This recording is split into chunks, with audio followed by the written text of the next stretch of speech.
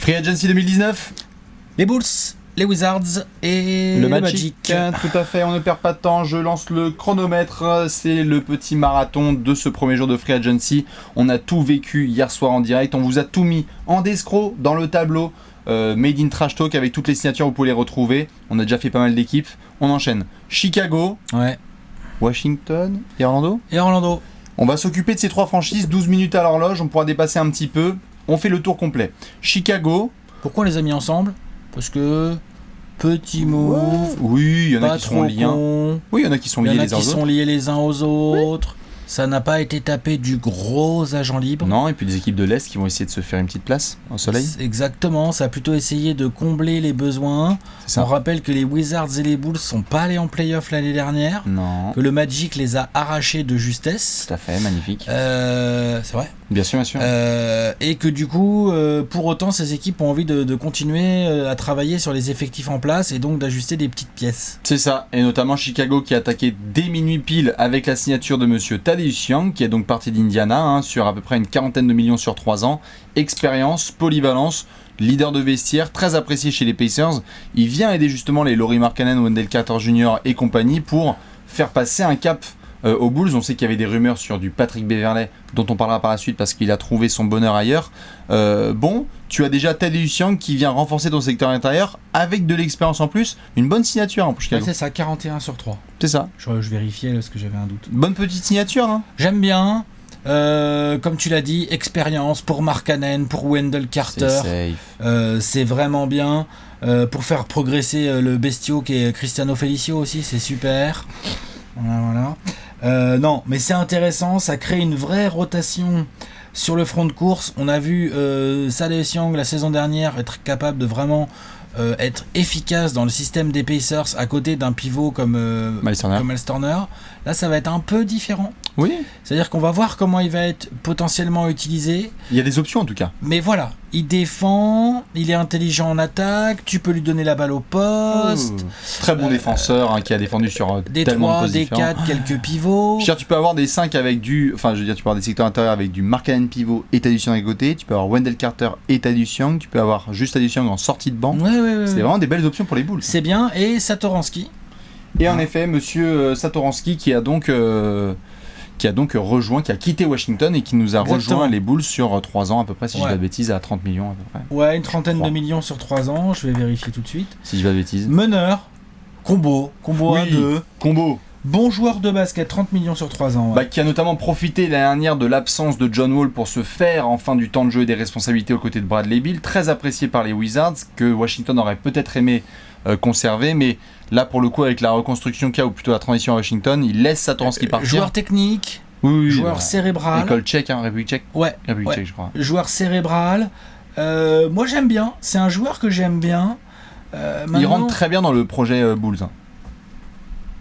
Des jeunes comme ça. Normalement oui. Et en plus je trouve qu'il rentre bien dans les rotations actuelles aussi. Je trouve que et Thaddeus Young et Thomas Satoransky, 30 millions sur 3 pour l'un, 40 millions sur 3 pour l'autre. C'est assez malin de la part des Bulls qui ont drafté quand même un combo.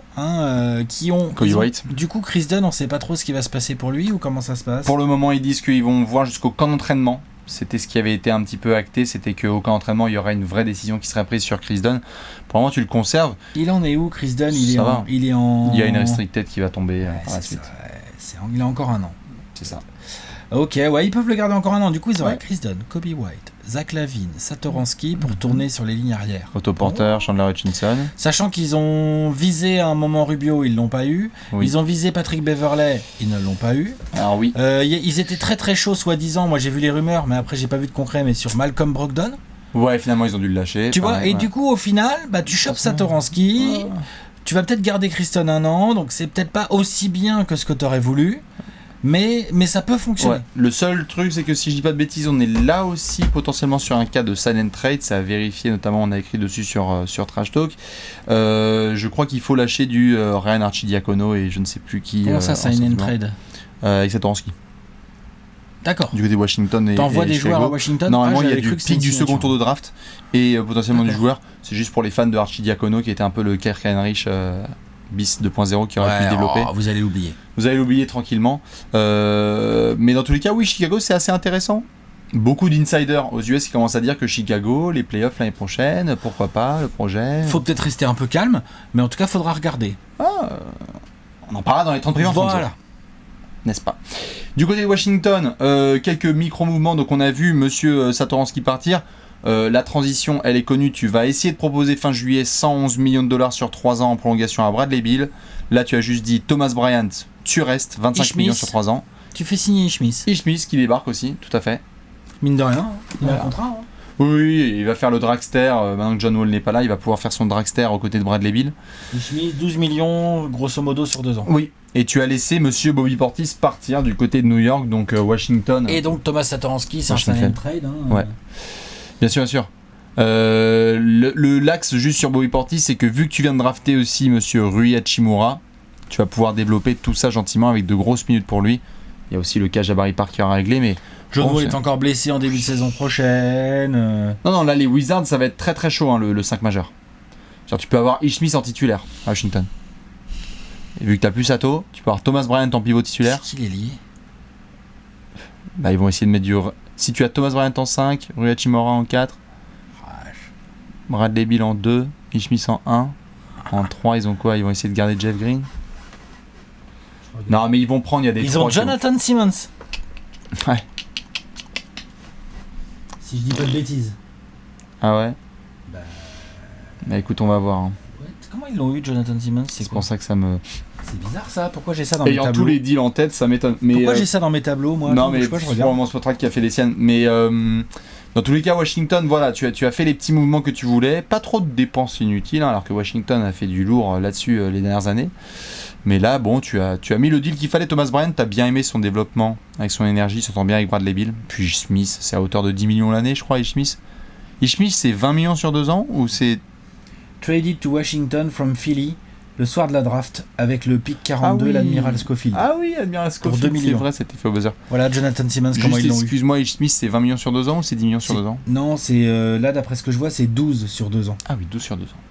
Ça va, Ça va. c'est Après, pas à voir. cher. Scott Brooks, il va devoir vraiment se retrousser les manches et nous créer quelque chose de conséquent avec Bradley Beal et Rui Hachimura. Voilà. la fin. Voilà. Et on- Le Magic. Et on termine avec Orlando. Hyper intéressant, Orlando. Ouais, grave. Alors, on le savait. Il y avait la grosse question de Nikola Vucevic. Tu as drafté Mo Bamba l'année dernière. Tu as Nikola Vucevic qui fait une saison de All-Star, qui emmène Orlando et ses copains en play-off. Tout à fait. Ils ont réussi à le garder à 100 millions sur 4 ans. Ouais. Bien. Ouais. Pas sur paye, Vucevic. Non, ça va. Tu as gardé Terence Ross très fort. Très très fort. Parce qu'il y avait plutôt beaucoup bien, de hein. franchises qui étaient Mais sur même lui. Vucevic, hein, il y avait peut-être un peu de monde sur lui, on sait même pas. Ouais, mais pour Je moi, trouve Terence Ross était vraiment Non mais parti. je trouve qu'ils ont bien géré le côté genre non c'est chez nous quoi. Ouais. Ça reste, tu vois. Ils ont ajouté monsieur Alfaro Caminu, tout à fait, c'est bien. qui part de Portland. Bon après, je trouve qu'ils ont pas vraiment complété les postes où on les trouvait un peu faibles. Ils ont conservé C'est-à-dire que Michael là, le Carter-Williams. front de courte, C'est-à-dire le front de courte, bah, Vucevic, Mo Bamba, Backup, Aaron Gordon, 4, Jonathan Isaac, 3, donc maintenant Alfaro Caminu. backup, Comment il s'appelle Wasi Wundu, Oui, Ken Wesi Burch. Mundu. Ailier. Ça va Donc front de courte quoi. Ouais, Enfin, je veux dire, le front de courte est dense. Après, c'est Steve Clifford Très basketball. très très très dense. Et les lignes arrière, Terence Ross et Vavan. Bien. Ok. Et après, Mark Elfoots. t'as intérêt que Markel Fultz, à un moment donné, il soit vraiment un numéro 1 de draft. Quoi. C'est ça. C'est pour ça qu'en parlant de numéro 1 de draft, ils ont. Enfin, c'est pas un numéro 1, mais ils ont conservé un Michael Carter-Williams, c'est tombé, qui a été assez séduisant dans la course au playoff. Donc le choix d'Orlando qui est vraiment intéressant, c'est. Ils en ont parlé, c'est.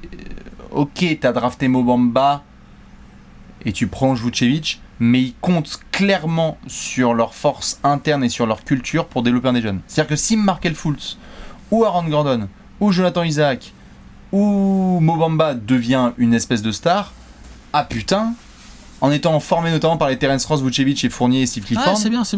Franchement, Orlando envoie un message, genre on a envie de continuer à aller en playoff. Quoi. Voilà, exactement. Ça, je suis d'accord. C'est on lâche pas nos gros joueurs. Vucevic, c'est notre gros joueur. Ok, il y a un jeune à développer derrière, mais n'empêche que l'autre, il était en 21-12, il nous a porté, Ah ouais. il nous a emmené en playoff. Terence Ross parmi les meilleurs 6e de l'année. Tu vois Mm. Donc non.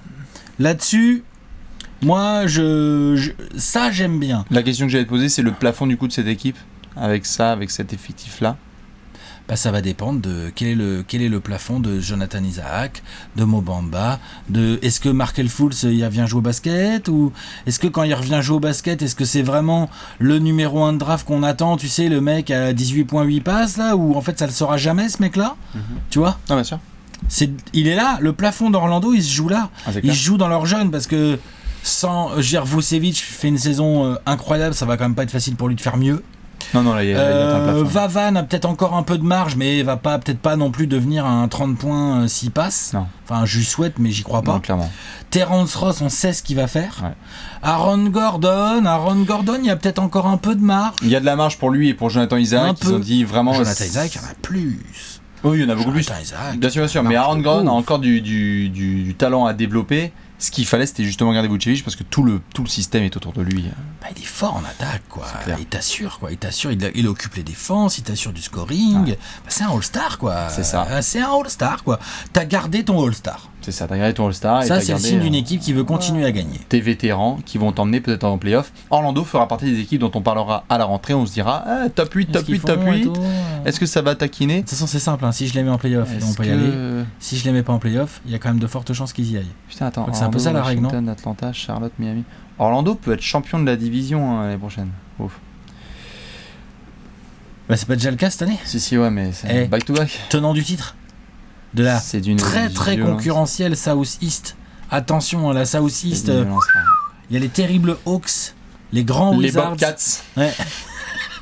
Et le hit avec Jimmy Butler, peut-être que Jimmy va nous rafler tout ça et on verra ce que ça donnera. Non, mais Orlando, c'est sympa. Autant les Bulls, j'ai bien aimé. Je trouve ça pas inintéressant du fait que leur grosse cible, visiblement, n'était pas possible à toucher, donc ils ont trouvé quand même des choses malignes.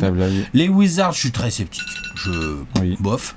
Mais le Magic, j'aime assez bien. Je demande à voir. Je trouve que finalement, Vucevic, l'un dans l'autre, tu l'as pas trop surpayé. 100 millions sur 4, c'est bien. Moi, je trouve. Je trouve que Aminou, ça va apporter. Ouais, XP, il a été hyper important à Portland. Et je me dis que pour peu que je te dis, Markel Fultz, Jonathan Isaac, pour peu qu'il y ait un des jeunes là qui a du potentiel. Ouais.